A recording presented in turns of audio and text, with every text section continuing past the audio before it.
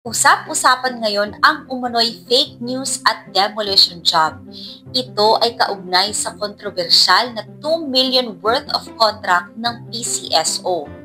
Paano nga ba natin malalaman ang katotohanan? At paano ito nauugnay sa ating mga karapatan bilang mamamayan? Ayon sa Presidential Communications Office Chief, may mga kumakalat na maling impormasyon na layuning siraan ang pamahalaan tungkol sa 200 milyon na kontrata ng PCSO. Ngunit dahil sa mga aligasyon, mas maraming Pilipino ang nagtatanong, saan napupunta ang pondo ng bayan?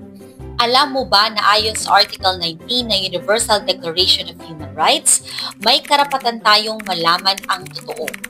Kasama rito ang kalayaang magpahayag at karapatan sa tamang impormasyon.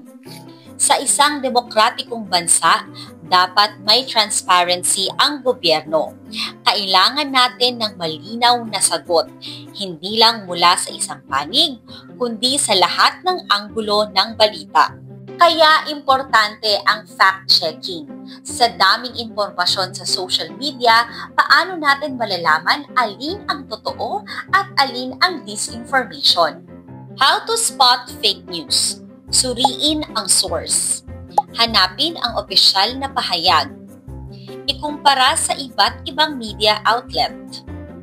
Fact-check bago mag-share.